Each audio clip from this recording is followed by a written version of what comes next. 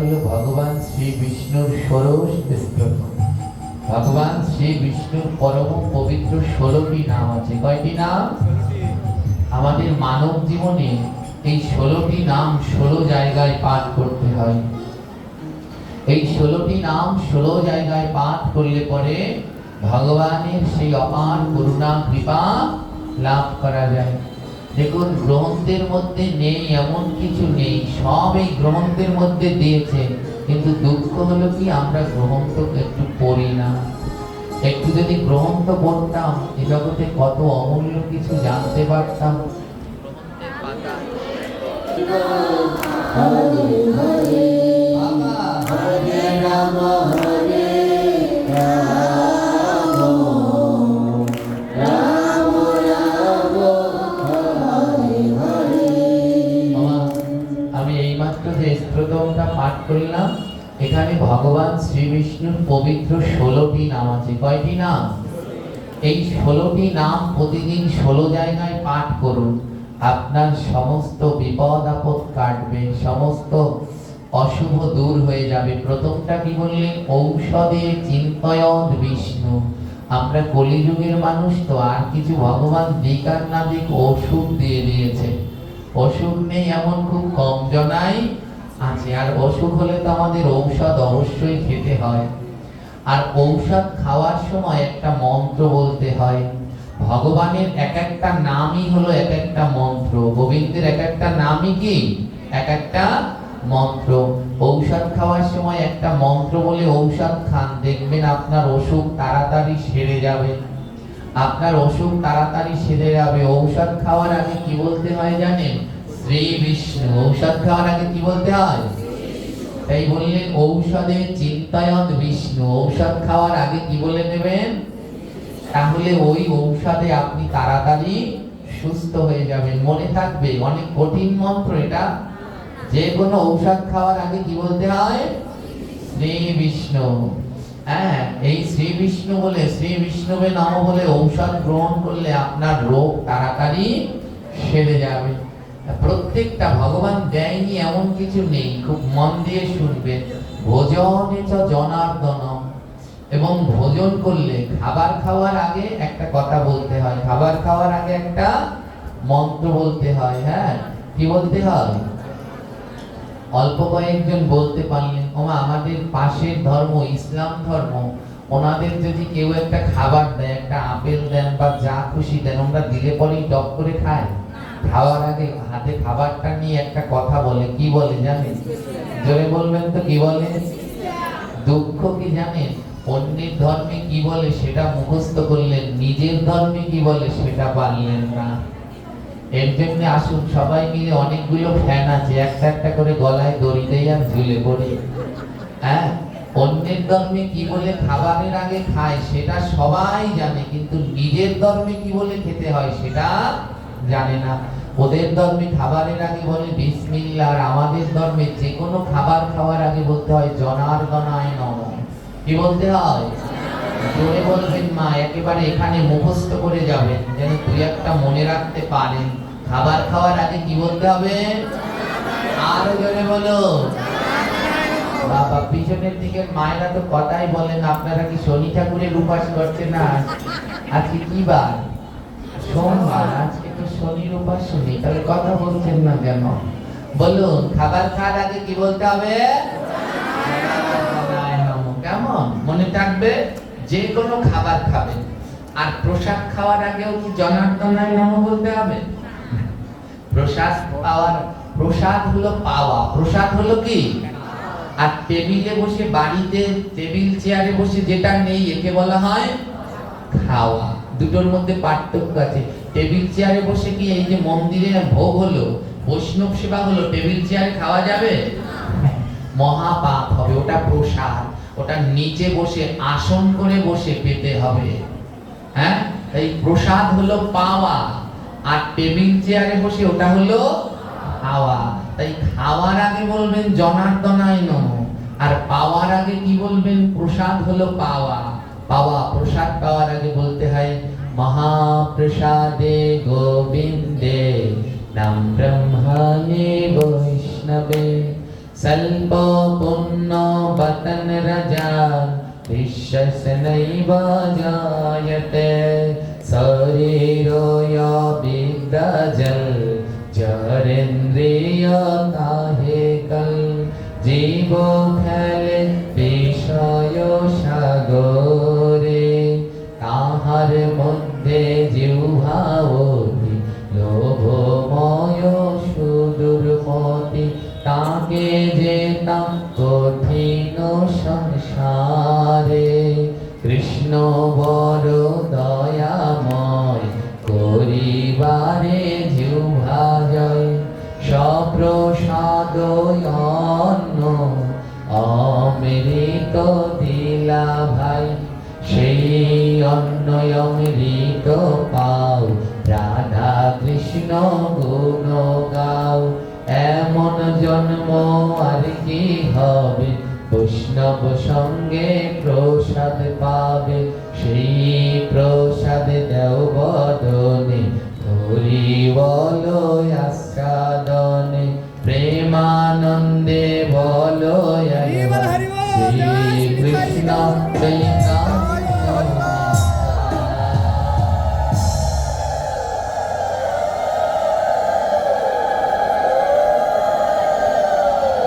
এটা হলো মা প্রসাদ পাওয়ার মন্ত্র। হ্যাঁ, কিন্তু দুঃখ কি আমাদের ধর্মে পারে না। 100 জনের ভিতরে 2 জন পারে কিনা বড় সন্দেহ আছে। হ্যাঁ, যারা ওই ছোট তালিকা গুলো নিয়েছেন, ক্যালেন্ডার গুলো নিয়েছেন, শুধু নিয়ে টানিয়ে রাখবেন না, এগুলো সব লিখে দিয়েছি। প্রত্যেক পাতায় পাতায় অল্প অল্প করে দিয়েছি, বেশিও দেইনি। এক এক পাতা 3 মাস করে, 3 মাস করে ওইগুলো পড়বেন, তাহলে 3 মাসে সব মুখস্থ হয়ে যাবে। হ্যাঁ, তাই প্রসাদ খাওয়ার আগে বলতে হবে প্রসাদের মন্ত্র, আর খাওয়ার আগে কি বলতে হবে? বাড়িতে বসে যা খান, যে কোনো কিছু খাবার আগে বলুন জনার্দনায় নমঃ। এবার শয়নে পদ্মনাভাঞ্চ, শয়ন ঘুমানোর আগে কি বলতে হবে? পদ্মনাভায় নমঃ। তাহলে আপনি ঘুমের মধ্যে কোনো খারাপ স্বপ্ন দেখবেন না, কেউ আপনাকে ঘুমের ভিতরে কোনো জাদু টোনা ক্ষতি করতে পারবেন না। তাই শোয়ার আগে বলুন পদ্মনাভায় নমঃ। বিবাহিচা প্রজাপতি, কারণ বিবাহ হলো, আপনার বাড়িতে খবর এসেছে, হ্যাঁ, ওই মেয়েটার বিয়ে ঠিক হয়ে গেছে, সঙ্গে সঙ্গে বলুন প্রজাপতি নমঃ। গোবিন্দের আরেক নাম হলো প্রজাপতি। গোবিন্দের একটা নাম কি? ওই বিয়ের কাটে কিসের ছবি দেয়? প্রজাপতি। প্রজাপতির ছবির সাথে বিয়ের কোনো সম্পর্ক নেই।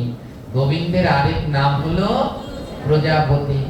কারো বিবাহ হচ্ছে না, অনেকের বয়স হয়ে গেছে কিন্তু তাও বিয়ে হচ্ছে না, তাকে প্রতিদিন পাঠ করান প্রজাপতি নমঃ, প্রজাপতি নমঃ, প্রজাপতি নমঃ। টোটকা শিখিয়ে দেয় কিছু, দেখবেন তার জন্য মেয়ে হলে ভালো ছেলে আসবে, ছেলে হলে ভালো মেয়ে চলে আসবে। প্রতিদিন এটা পাঠ করান, গোবিন্দের এই নাম প্রজাপতি নমঃ।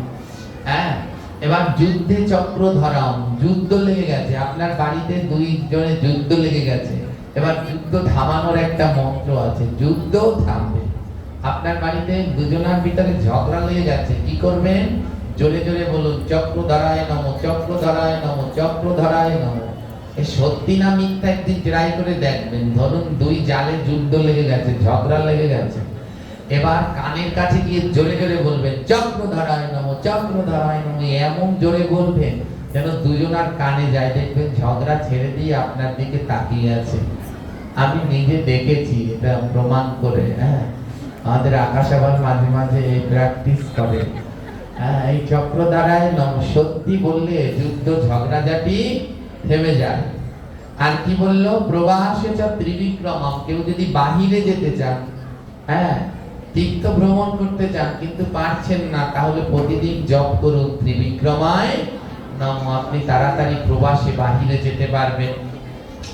নারায়ণম তনু ত্যাগে, কেউ দেহ ত্যাগ করছে, খবর পেয়ে বলুন নারায়ণায় নমঃ।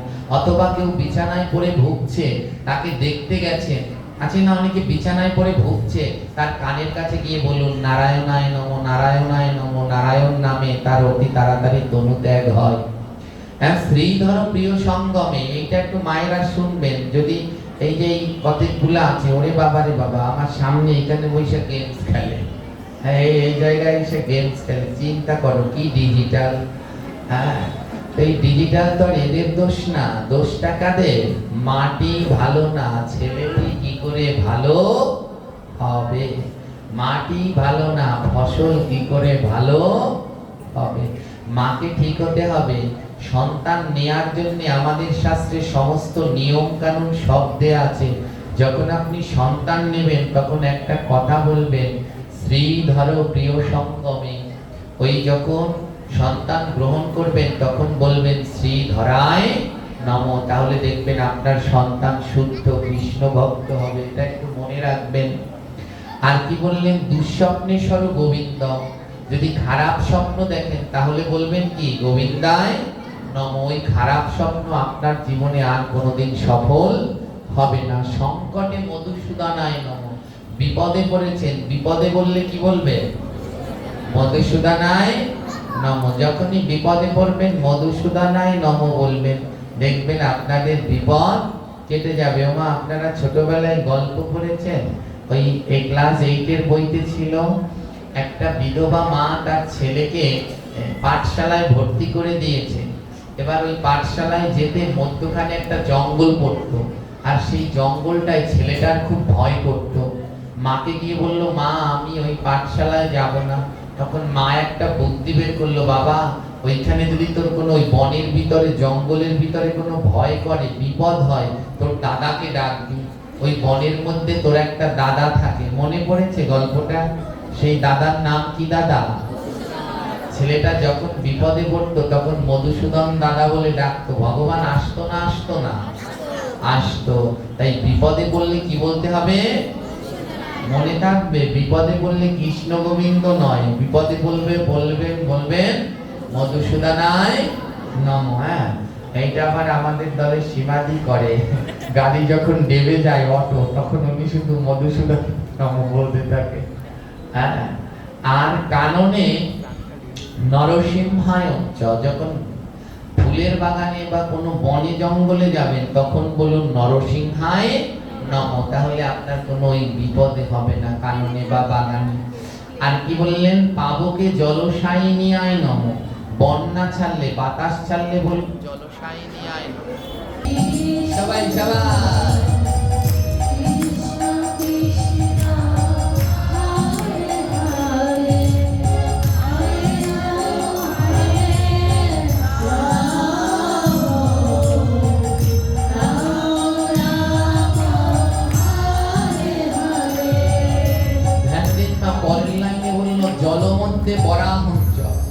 যদি জলের মধ্যে বিপদে পড়েন তাহলে বলতে হবে বরাহয় নমঃ, বরাহ দেবায় নমঃ। জলের মধ্যে বিপদে পড়লে কি বলবে? বরাহ দেবায়। যেমন আজকে সত্যি এটা একেবারে সাক্ষাৎ। আজকে দুপুরবেলায় আমরা গলাচিপা গিয়েছিলাম, ওখানে একটা প্রোগ্রাম ছিল আমাদের। যখন যাচ্ছি নদীর মধ্যে এমন ঝড় ছেড়েছে, ওরে বাবা আমি জীবনে দেখিনি। সবাই আমরা ভিজে গেছি জলের ঢেউতে। হ্যাঁ, তখন মনে পড়েছিল এই কথাটা, কোনোদিন আগে বলিনি, প্রথমবার বললাম বরাহ দেবায় নম, বরাহ দেবায় নম। সত্যি আমরা পার হয়ে গেলাম, কিচ্ছু হয়নি, শুধু ভিজে গেছি সবাই, সব কিছু ভিজে গেছি, কিন্তু এমনি কোনো ক্ষতি হয়নি। তাই জলের মধ্যে বিপদে পড়লে বলুন বরাহ দেবায় নম। দেখবেন সাক্ষাৎ বরাহদেব আপনাকে রক্ষা করবেন। মা বসুমতীকে নরকাসুর নিয়ে কোথায় লুকিয়ে রেখেছিলেন? জলের মধ্যে। আর সেই বরাহ রূপ ধারণ করে উদ্ধার করলেন। তাই জলের মধ্যে বিপদে পড়লে বলুন বরাহ দেবায়। আজকে যে কয়বার চিৎকার মেরেছি, ওরে যে না দেখলে বিশ্বাস করবেন না। আর আরেকটা জিনিস লক্ষ্য করলাম, বিপদে পড়লে হিন্দু মুসলমান আর আলাদা থাকে না। ওইটার মধ্যে কয়েকজন বোকরা পরা মায়েরা ছিলেন, যেই না ঢেউ দিয়েছে আমাদের এসে সব জড়াই ধরছে একজন আরেকজনকে। কিন্তু ভগবান রক্ষা করলেন।